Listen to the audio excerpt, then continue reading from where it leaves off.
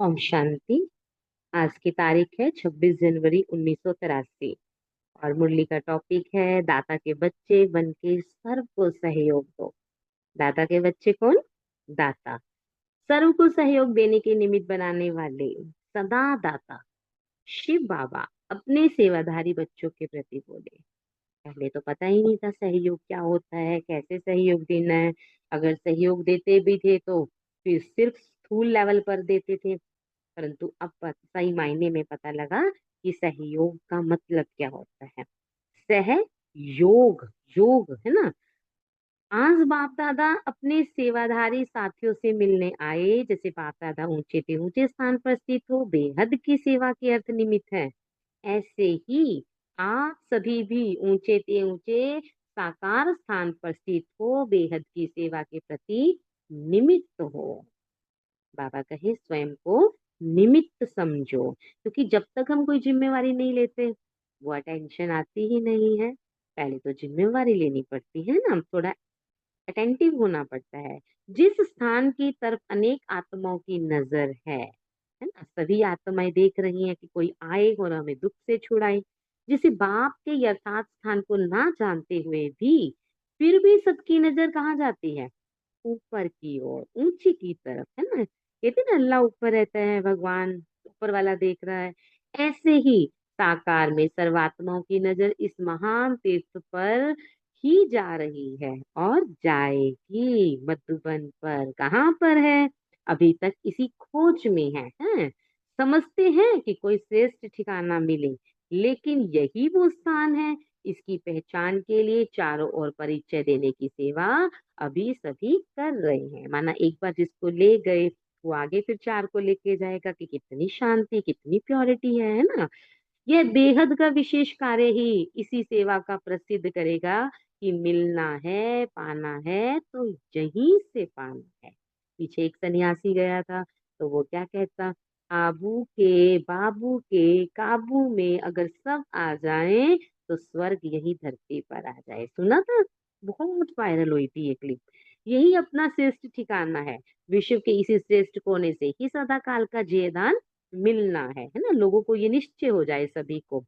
इस बेहद के कार्य के द्वारा यह एडवर्टाइजमेंट विशाल रूप में होनी है। अभी धरती के अंदर कोई छिपी हुई और दबी हुई चीजें अचानक मिल जाती हैं तो खुशी खुशी से सब तरफ प्रचार करते हैं। अब जब एक को खुशी मिलेगी, एक को आनंद मिलेगा, शांति मिलेगी तो वो सभी को प्रचार करेगा।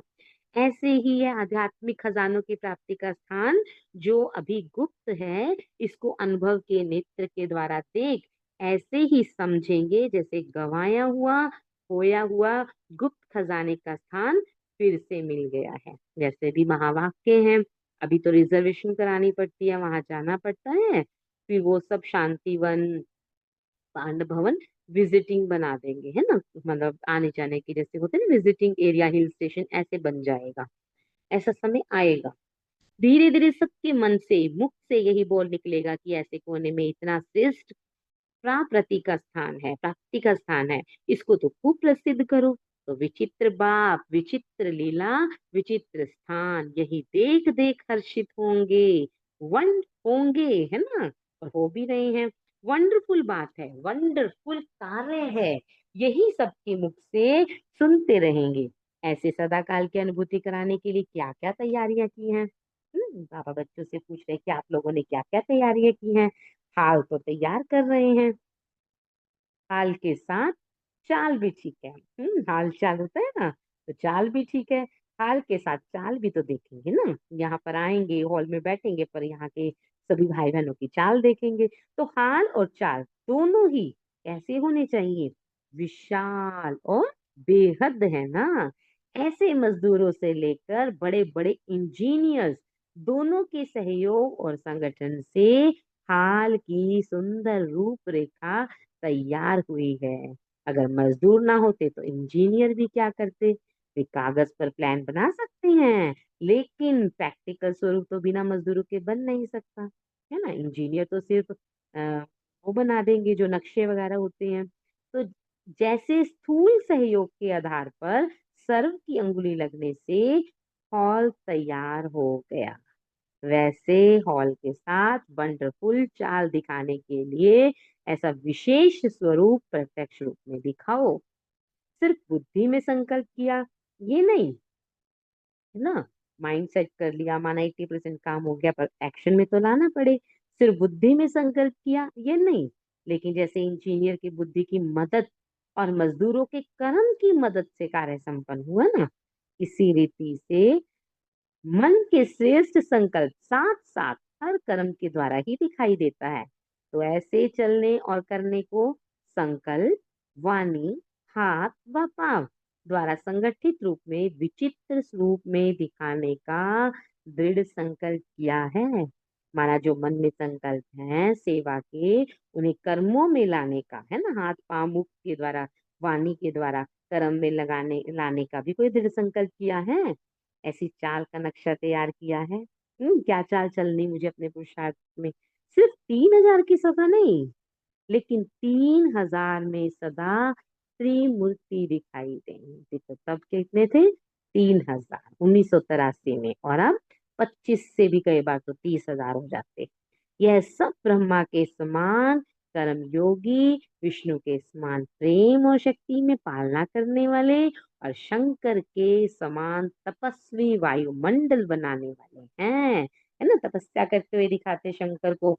तो ऐसा अनुभव हर एक के द्वारा, ऐसा स्वयं में सर्व शक्तियों का स्टॉक जमा किया है आपने स्टॉक जमा। यह भी भंडारा भरपूर किया है, यह स्टॉक चेक किया है। वह सभी ऐसे बिजी हो गए हो जो चेक करने की फुर्सत ही नहीं।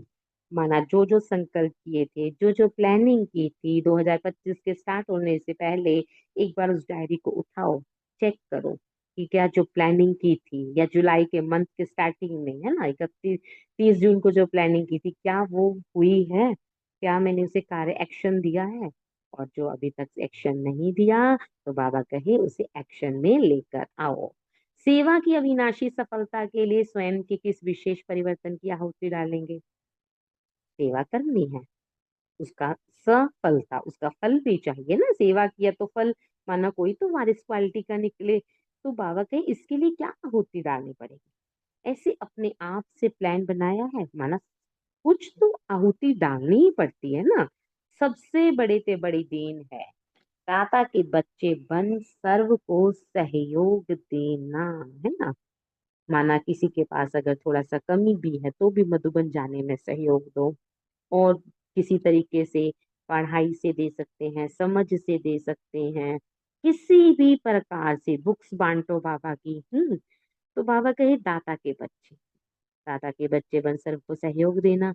बिगड़े हुए कार्य को, बिगड़े हुए संस्कारों को, बिगड़े हुए मूड को शुभ भावना से ठीक करने में सदा सर्व के सहयोगी बनना। कैसे करना, काम बिगड़ गए हैं, है ना, दुनिया पतित हो गई है, तो उन्हें पवित्र बनाने में मदद करनी है। फिर किसी का मूड खराब है ना, किसी का किसी भी वजह से है, तो उसको उसमें हालात में नहीं छोड़ना, उसको वाइब्रेशन देनी, उसका मूड ठीक करना। तो बाबा कहें ये है बड़े से बड़ी विशेष देन। इसने ये कहा, ये किया, ये देखते सुनते समझते हुए भी कह दिया तो कह दिया, लेट इट गो। अपने सहयोग के स्टाफ के द्वारा परिवर्तन कर देना। जैसे कोई खालिस्तान होता है तो ऑलराउंडर सेवाधारी समय पर मान जगह भर देते हैं, है ना। मान लो एक स्कूल है, टीचर्स खाली हैं, जो मैनेजर होगा, मैनेजर का काम क्या है, स्कूल के प्रिंसिपल का काम क्या है, जो भी जगह खाली है उसको फिल कर देते हैं, है ना। तो आप भी क्या हो, सेवाधारी हो। तो सेवाधारी समय प्रमाण जगह भर देते हैं। ऐसे अगर किसी भी द्वारा कोई शक्ति की कमी अनुभव भी हो, तो अपने सहयोग से जगह भर दो। दिख रहा है सामने वाले में सहनशीलता की कमी है, फटाफट से जवाब दे रहा है, उल्टा सीधा भी दे रहा है, तो अपनी सहन शक्ति की वाइब्रेशन से वो जगह भर दो, है ना। दो व्यक्ति, भगवान दो आत्माओं को साथ लेकर आते हैं युगल के रूप में, है ना। किस लिए, एक दूसरे के पूरक बनाने के लिए, कंप्लीट करने के लिए। माना एक में कमी है तो वो उसे दूसरा भरपूर कर दे, दूसरे में कमी है कुल्लू की तो पहला भरपूर कर दे। वो है असली कॉम्बिनेशन, है ना? तो इसी तरह बाबा कहते भर दो उस कमी को, जिससे दूसरे की कमी का भी अन्य कोई को अनुभव ना हो, है ना? और होता क्या है, आगे पीछे कहीं ना कहीं किसी के सामने जरूर कहेंगे कि तेरे में ये कमी है। कभी भी किसी को भी कुछ समझाना हो, चाहे वो 5 साल का बच्चा ही क्यों ना हो, कुछ भी बात समझानी है, अलग से समझाइए। ना तो एक के सामने दूसरे को समझाइए, ना उसके सामने इसे समझाए, है ना? किसी को फील ही ना हो। माना समझानी भी देनी तो बड़े प्यार से समझानी देनी। इसको कहा जाता है दाता के बच्चे बन समय प्रमाण उसे सहयोग की देन देना। इस पर दृष्टांत सुनाते हैं। एक बार ब्रह्मा बाबा साकार में तो हलवा बना, और एक दादी को हलवा बनता है जैसे टोली में, और उस दिन हलवा बहुत टेस्टी बना। अब दादी का मन करे कि दोबारा ले, बाकी सभी का भी मन करे तो, और दादी मुझे नाम याद नहीं है, मैं ऐसे नहीं कहूंगी, जिनकी ड्यूटी थी, तो बाबा के पास गए, बाबा आज तो सभी बहनें दोबारा दोबारा कह रही हैं, तो क्या करना है? बाबा कहे आपकी ड्यूटी है, आप देखो, भले एक दिन नहीं खाओगी तो क्या हुआ, देखो आपने क्या करना है। तो उन्होंने दोबारा दोबारा दे दिया, नहीं खाया बेशक। तो बाबा ने क्लास में अनाउंस किया और मम्मा से कहा, बातचीत करी, मतलब क्लास में किसी को नहीं कहा, सिर्फ मम्मा से बात इस तरह से करी कि सब बच्चों के कान में बात चली जाए कि मम्मा आज तो हलवा बहुत स्वाद बना था, बाबा का दिल कर रहा था दोबारा लेवे, परंतु अगर बाबा दोबारा लेता तो कोई एक तो रह जाता ना खाने से, क्योंकि हिसाब किताब से बनता है। बस आ गई समझ सबको, जिस जिसने दोबारा लिया था उनको समझ में आ गया।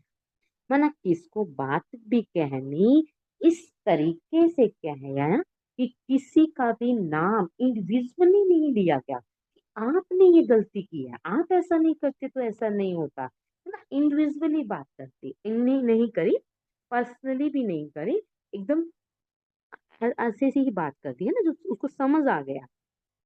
तो बाबा कहीं इसको कहा जाता है दाता के बच्चे।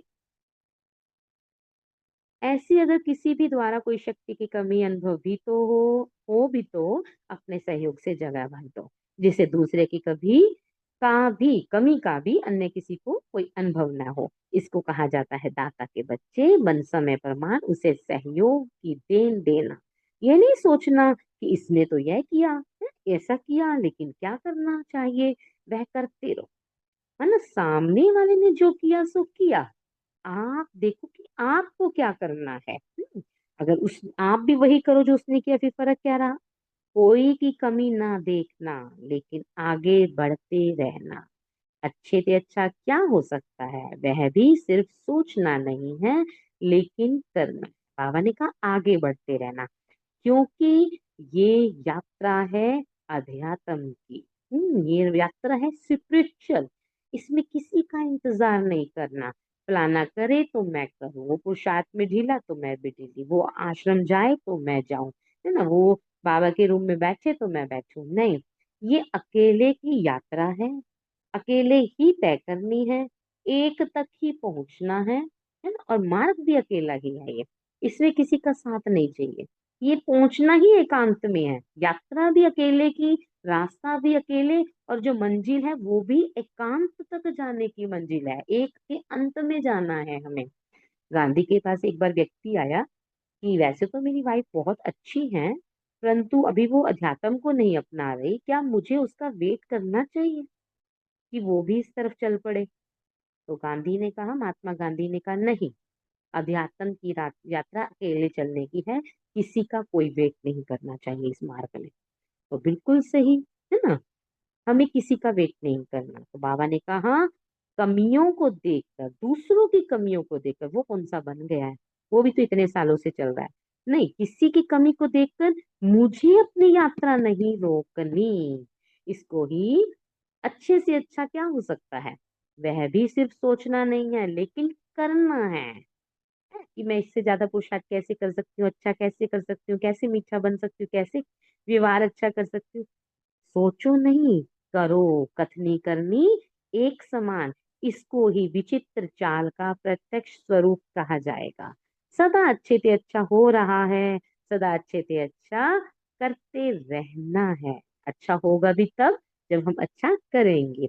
इसी समर्थ संकल्प को साथ रखना, सिर्फ वर्णन नहीं करना, लेकिन निवारण करते नव निर्माण के कर्तव्य की सफलता को प्रत्यक्ष रूप में देखते और दिखाते रहना।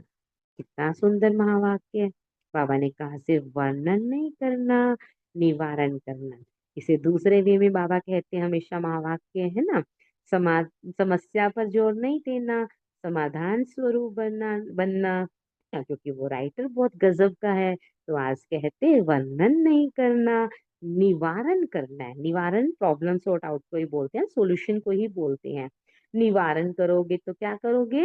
नव निर्माण, कुछ नया कर दिखाओगे। अच्छा, अब इसमें मैं कहती हूँ, अरे जाने नहीं देता घर पे कोई, आश्रम कैसे जाऊं, उठा नहीं जाता, बहानेबाजी बहानेबाजी। बाबा कहते वर्णन नहीं करो, निवारण करो, सॉल्यूशन ढूंढो, युक्तियां निकालो। हर चीज का सॉल्यूशन तुम्हारे पास है है और संकल्पों से उसको सिद्ध कर सकते हो। पर संकल्प ही बड़ा कमजोर लेते हैं। पता नहीं कर जाने देगा कोई कि नहीं। अरे मुझे जाना ही है, तो ऐसी तैयारी भी हो रही है बाबा कहते, तभी तो कुछ नया क्रिएट होगा ना। हम सब, ये पूरी जो हमारे ड्रामा का एक एक सीन है ना, ये हम रच रहे हैं। इस समय हमारे हाथ में भाग्य की रेखा है। संकल्प, मेरा एक एक संकल्प मेरे पूरे कल्प की रचना कर रहा है। क्योंकि अब जो मेरे संस्कार बन रहे हैं, वो मेरे 84 जन्म वही संस्कार रहने वाले हैं। चाहे वो प्योरिटी के संस्कार हैं, चाहे वो इम्प्योरिटी के हैं, चाहे वो झूठ बोलने की हैं या फिर सच की राह पर चलने के हैं। मैं अपने भाग्य की खुद निर्माता हूँ, अपना भाग्य खुद रच रही हूँ। और 84 जन्मों के लिए रच रही हूँ, तो 84वां जन्म ये है। मेरा कल मेरे आज के संकल्प पर डिपेंड करता है। अगर मैं आज बैठकर लिखूं कि मुझे कल ये करना है 100% ये करना है, ये करना है, ये करना है, तो वो कल होगा, डेफिनेटली होगा। अगर संकल्प पक्का निश्चय से किया है, तो किसने रचना की? मुझे कहूँ, मैं ऐसे एग्जांपल देती हूँ कि मैंने संकल्प किया मुझे कल चंडीगढ़ जाना है बेटे के पास, तो कल क्या मैं नहीं जाऊंगी? 10% हो सकता है ना जा पाऊं, नहीं हुआ, फिर वो ड्रामा है। परंतु यहाँ मैंने संकल्प किया, कल मैं वहां गई, तो ये ड्रामा किसने रचा? किसने रचा ये ड्रामा? ये मुझ आत्मा ने संकल्प के द्वारा ड्रामा रचा। अभी मैं यहाँ बैठी संकल्प करती हूँ कि अभी मुरली के बाद मुझे किचन में जाकर ये सारा कुछ करना है। संकल्प रच दिया, और वो जाकर मैं एक्शन करती हूँ। तो ड्रामा किसने बनाया? वो सीन कैसे आया मेरे ड्रामा में? मेरे द्वारा आया। अभी मैं निश्चय करती हूँ कि मुझे निश्चय बुद्धि विजयंती, मुझे बुक पढ़नी है और मुझे इस बाबा पर निश्चय बहुत पक्का करना है। अब मेरे ये संकल्प करते ही, बुक पढ़ते ही, मेरे पास कुछ ऐसा पेपर आएगा जिससे मेरा निश्चय डामाडोल होगा। कुछ ऐसी परिस्थिति आएगी कि भगवान, मुझे लगेगा मेरा साथ नहीं दे रहा। इस समय तो बाबा को मेरा साथ देना चाहिए, पर बाबा मेरे साथ नहीं है, बल्कि उल्टा सब मुझे ही बोल रहे हैं। ऐसा कुछ कुछ भी क्रिएट सीन हो गया। तो वो सीन किसने बुलाया? आपके एक संकल्प ने, कि मुझे निश्चय बुद्धि बनना है। उसके लिए पेपर आ गए, है ना। अभी मैंने निश्चय किया, मुझे तो वैराग लाना है दुनिया से। अब क्या सीन क्रिएट होकर आएगा ड्रामा से? क्योंकि पूरी यूनिवर्स आपकी मदद करना चाहती है, पूरा ड्रामा आपके कल्याण के लिए बना है। तो कुछ ऐसा सीन आएगा, आपका बच्चा, है, जिससे आपने विराग करना है, या युगल, या कोई ऐसा संबंध जिससे सबसे ज्यादा आपका नजदीकी रिश्ता है, वो आपको हर्ट करेगा। चाहे ऊंचा बोलेगा, चाहे अपशब्द बोलेगा, चाहे वो आपसे दूर हो जाएगा, क्योंकि आपने ही तो वो सीन मांगा था। खुद ही तो कहा था मुझे वैराग लाना है बाबा, मुझे तो वैरागी बनना है, बस मुझे तो आपका बनना है, बस मुझे तो आपका बनना है। फिर अब यहाँ पर क्यों क्रिएट वो कर रहे हो, सीन क्रिएट खुद कर रहे हो। ड्रामा का हर सीन मैं आत्मा खुद क्रिएट कर रही हूँ, ना केवल अपने इस आज शाम के सीन को, बल्कि 84 जन्मों की कहानी मेरी मुट्ठी में है, क्योंकि भाग्य की रेखा बाबा ने मुझे दी है। अगर मैं अच्छा पुरुषार्थ कर लेती हूँ तो सत्युग त्रेता किसने रचे? मैंने खुद रचे। हम्म। अगर मैं पुरुषार्थ में ढीला ढाला एवी कल कर लेंगे, परसों कर लेंगे, फिर कल जो मुझे गरीबी का जीवन मिलेगा, चाहे वो सतयुग में मिले, तो सतयुग त्रेता में गरीबी तो नहीं कह सकते, दासदासी का तो मिलेगा ना, द्वापर में तो मिलेगा, तो उसकी रचना करने वाली कौन? मैं आत्मा। आज का मेरा एक संकल्प वो मेरे पूरे संकल्प कल्प पूरे कल्प की रचना कर रहा है। जब ये बात समझ आ जाती है ना, मैं आत्मा खुद की रचयिता हूँ, हर सीन की रचयिता हूँ। आप करके देख, क्योंकि आपके पास ऑप्शन है, आपके पास निर्णय शक्ति है।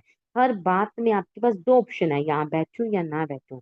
अभी आप अपने रूम में नहीं बैठे हो, आप एक ऑप्शन एक निर्णय पर बैठे हो कि मुझे मुरली सुननी है। ये निर्णय आपने डिसाइड किया है, ये संकल्प आपने किया है। तो ये जो सीन आ रहा है, कौन सा सीन? इधर से सुन, मतलब आत्मा सुना रही है और आप सुन रही हो। ये जो सीन आया है वो किसने क्रिएट किया? वो आप आत्माओं ने किया। और सीन क्रिएट कैसे होता है? संकल्पों के द्वारा। बस इतनी सी बात अगर समझ आ जाए तो हम अपने हर संकल्प पर ध्यान दें। बाबा कहते, सोच के भी सोचना, सोच के भी सोचना।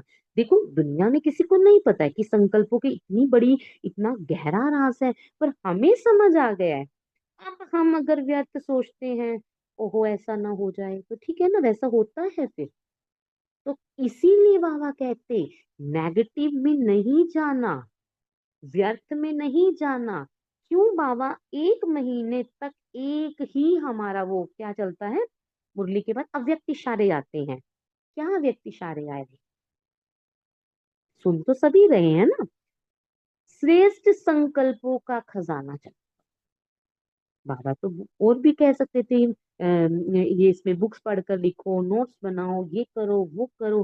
बाबा क्या कह रहे हैं? जड़ को पकड़ो, श्रेष्ठ संकल्प। क्योंकि अगर मैं श्रेष्ठ संकल्प करती हूँ, कि मैं संकल्प कर लेती हूँ कि मैं कल 3 बजे नहीं, कल मैं तो 20 मिनट पहले उठूंगी, 2:40 पर उठूंगी। एक श्रेष्ठ संकल्प, माना श्रेष्ठ संकल्पों का खजाना इकट्ठा करने से ही कमाई होगी। तो श्रेष्ठ संकल्प करो, और वो तो बहुत आसान है। विजुलाइज ही तो करना है। मैं आत्मा फरिश्ता हूँ, मैं आत्मा बाबा के पास बैठी हूँ, मैं आत्मा सत्यों को इमेजिन करो, वो तो सबको आता है इमेजिन करना, तो कल्पना करना, है ना। तो बहुत इजी है। चलिए मुरली पर आते हैं। बाबा कहते, ऐसी तैयारी भी हो रही है ना, क्योंकि सभी की जिम्मेवारी होते हुए भी विशेष मधुबन निवासियों की जिम्मेवारी है, डबल जिम्मेवारी ली है। कौन सी जिम्मेवारी की बात हुई? एकदम से बुद्धि क्लिक है ना, हाल और चाल बनाने की जिम्मेवारी। जैसे हॉल का उद्घाटन कराया, तो चाल का भी उद्घाटन हो गया, वह भी रिहर्सल हुई है या नहीं, है ना। देखो, सतयुग तो आएगा ही आएगा, वो तो शुरू हो चुका है। क्यों? सफाई शुरू हो गई तो नवनिर्माण तो होगा ना, पहले प्लाट की सफाई की जाती है। तो अब जितने भी युद्ध हो रहे, बाढ़े आ रही, माना बाबा ने अपना काम शुरू कर दिया है, हाल तो बनना शुरू हो गया है। पर क्या चाल ठीक हुई? क्या मुझ आत्मा ने अपने में कुछ परिवर्तन लाया? रत्ती सा भी? हाँ, आया है। ये ना सोचे कि मुझ में परिवर्तन नहीं आया। हर आत्मा परिवर्तित हो रही है, पल पल परिवर्तित हो रही है। क्यों? अब एक आत्मा क्यों परिवर्तित होती है? क्योंकि जब एक आत्मा दूसरी आत्मा के संग में आती है तो उस पे रंग चढ़ता है, हमेशा चढ़ता है, और वो उतरता भी नहीं है। तो अब हम आत्माओं ने किसका संग किया? परमात्मा को। तो क्या उसका रंग नहीं चढ़ेगा? बिल्कुल चढ़ेगा। अभी देख लो, एक जवान लड़का हो, मान लो एक कुमार है, और गलत संगति में चला जाए, उसके ऊपर रंग नहीं चढ़ेगा? गलत संगति में नहीं जाएगा? जाएगा। 99% चांसेस होते हैं संगति में बिगड़ने की भी, सुधरने के भी। तो हमारे भी 99 चांस है बाबा की संगति में सुधरने के। तो जितना ऊंचा स्थान होता है उतनी लाइट चारों ओर ज्यादा फैलती है।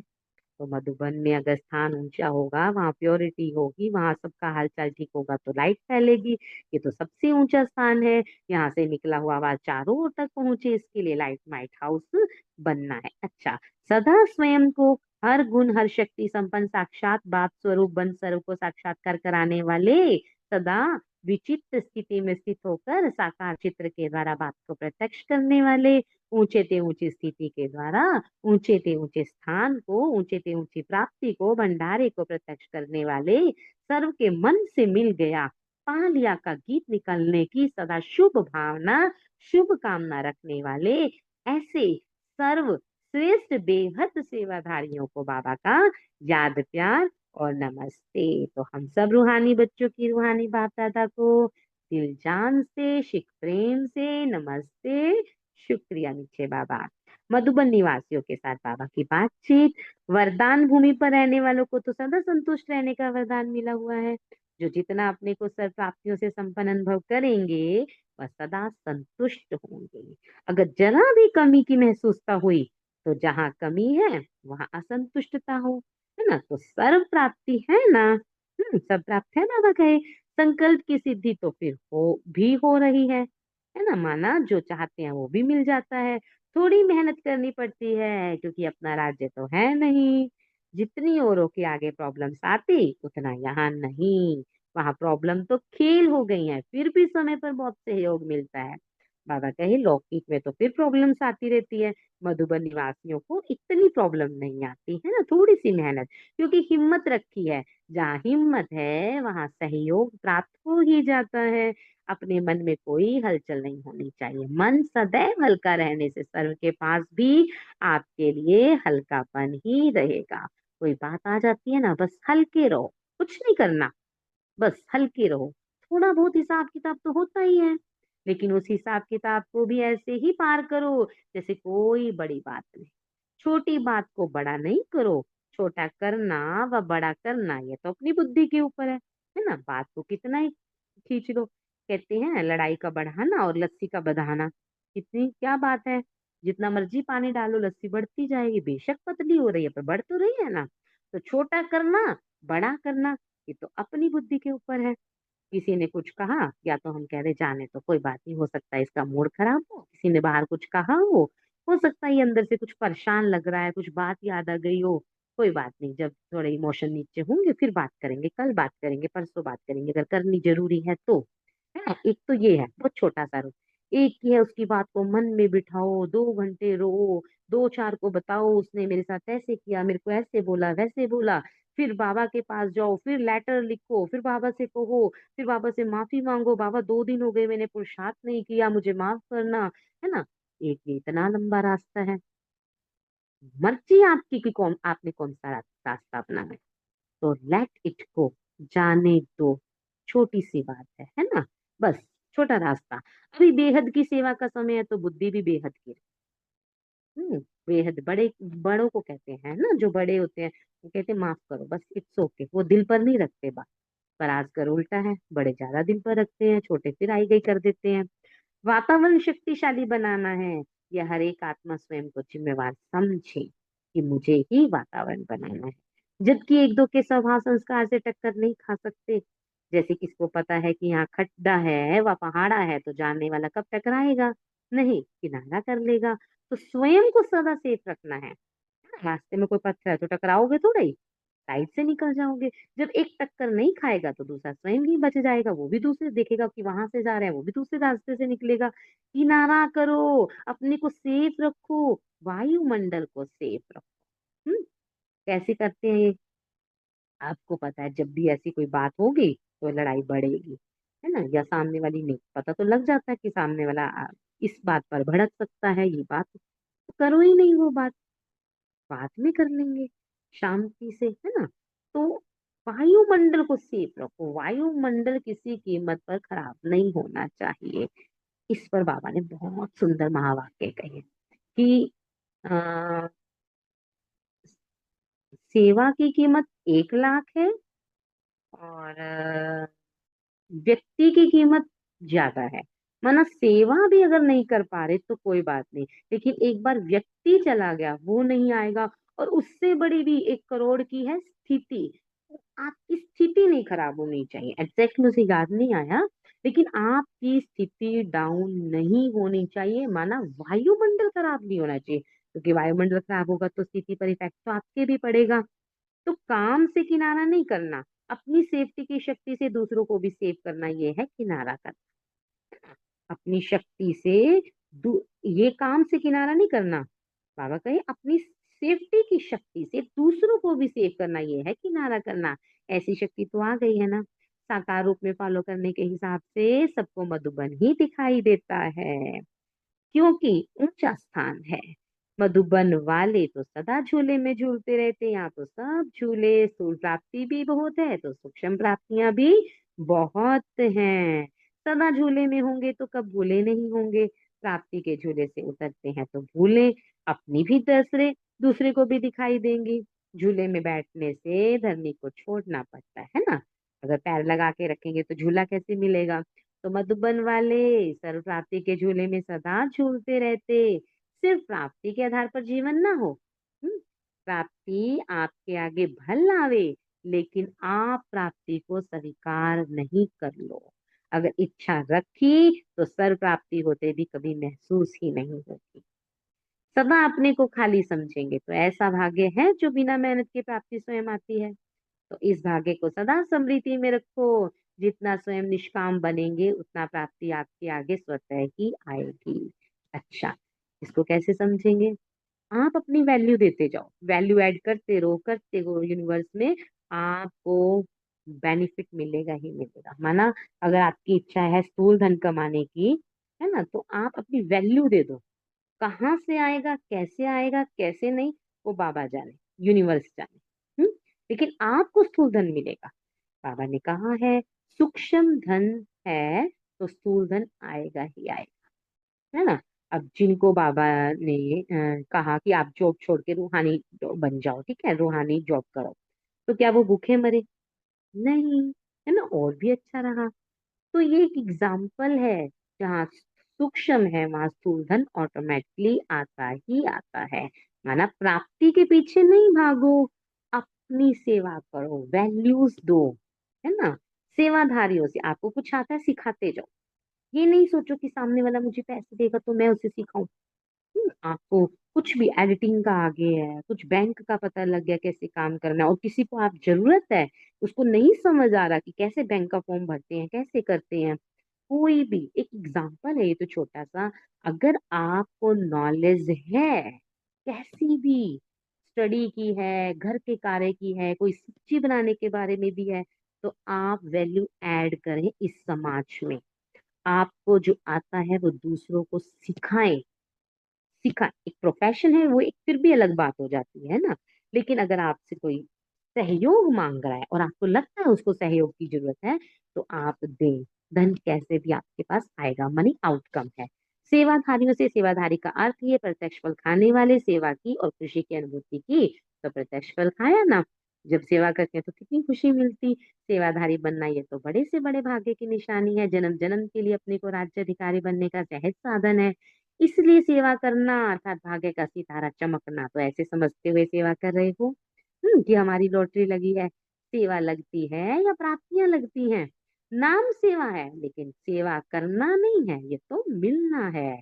कितना मिलता है, करते कुछ भी नहीं हो और मिलता बहुत कुछ है, सब कुछ मिलता है। करने में सब सुख के साधन मिलते हैं, है ना। कोई मुश्किल नहीं करना पड़ता, कितना भी हार्ड वर्क हो, लेकिन सैल्वेशन भी साथ साथ मिलती है। तो हार्ड वर्क नहीं लगता, खेल लगता है ना, क्योंकि बाबा की तो पूरी हेल्प मिलती है। इसलिए सेवाधारी इसलिए सेवाधारी बनना, सारे दिन में कितनी प्राप्ति करते हो, एक एक दिन की, एक एक घंटे की प्राप्ति का अगर हिसाब लगाओ तो कितना अनगिनत है। इसलिए सेवाधारी बनना भाग्य की निशानी है। सेवा का चांस मिला, प्राप्तियों के भंडार भरपूर हो गए। स्थूल प्राप्ति भी है, सूक्ष्म भी है। कहीं भी कोई सेवा करो तो स्थूल साधन इतने नहीं मिलते जितने मधुबन में मिलते हैं। देखो, अब जो सेवाधारी जाते हैं उन्हें डायमंड हॉल के पास एकदम से रूम मिलता है। मतलब एग्जाम्पल है ना। एकदम से क्यों? क्योंकि अगर वहां दूर मनमोहिनी मिलेंगे आनंद सरोवर तो सेवा में दिक्कत होगी। मतलब पूरी फैसिलिटी मिलती है सेवाधारियों को। अरे मान लो डायमंड हॉल में अगर ड्यूटी लग जाए तो वारे नहीं आ रहे, बाबा से एकदम सामने से यहाँ मिलन। यहाँ सेवा के साथ साथ पहले तो अपनी आत्मा की, शरीर की पालना डबल होती है। क्योंकि योग में रहकर सब कुछ करना। तो सेवा करते खुशी होती है या थकावट होती है? सेवा करते सदैव यह चेक करो कि डबल सेवा कर रहा हूँ, मनसा द्वारा वायुमंडल श्रेष्ठ बनाने की और कर्म के द्वारा स्थूल सेवा। तो एक सेवा नहीं करनी, लेकिन एक ही समय पर डबल सेवाधारी बन करके अपना डबल कमाई का चांस लेना। सभी संतुष्ट हो?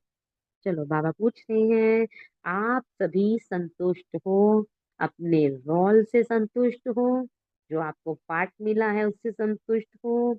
जितना आपका पुरुषार्थ हो रहा है आप उनसे संतुष्ट हो? बाबा से संतुष्ट हो? बाबा की दोस्ती से संतुष्ट हो? बाबा पूछ रहे हैं, बता दो भाई। आज अगर किसी को थोड़ी सी है अंदर की, नहीं मेरे को ये चीज कम मिली, ये चीज ज्यादा मिली, बाबा को मुझे इस घर में नहीं कहीं और भेजना चाहिए था, बाबा पूछ रहे हैं। सभी अपने अपने कार्य में अच्छी तरह से निर्विघ्न हो। कोई भी कार्य में कोई खिट खिट तो नहीं है? कभी आपस में खिट खिट तो नहीं करते? मधुबन निवासियों से पूछ रहे बाबा कि सभी संतुष्ट हैं या आपस में थोड़ा सा होता है? कभी तेरा मेरा, मैंने किया तुमने किया, ये भावना तो नहीं आती है?